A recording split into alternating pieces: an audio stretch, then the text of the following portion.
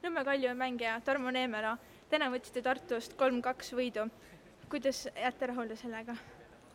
Võiduga võib rahule jääda jah, aga mängu lõpuga kindlasti mitte, et seal viimane 15 minutit või läks nagu mäng käest ära, et lasime 2 väravat lüüa ja läks lõpp nagu rahva jaoks põnevaks, aga jah, meie jaoks nagu liiga närviliseks.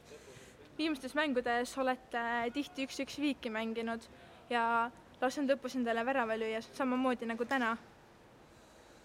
Jah, siin viimane selline viik Levadiaga, see seisupoolest nagu kõige hullem ei olnudki, aga samas juhtisime ja lasime viigi ja nii on ennegi olnud Narva vastu ja ma ei tea, milles asi on, võib-olla see ei suuda nagu lõpuni kontsentreeritud mängida nagu, et kaob ära, et võib-olla hakkame liialt aega hoidma ja mõtleme, et tuleb kergemini, aga nagu neid ei tule, nagu näha. Aga kuidas te hindate ründajate võimalusi? Täna oli meil peale nende värava võimalus, mis me ära lõime, oli ikka võimalusi oli veel, et tavaliselt peaks 3 väravast piisavalt võiduks, et ilma paanikata võiduks, aga täna lõpp läks käest ära. Nüüd naasite võidulainele, loodate ilmselt seda jätkata?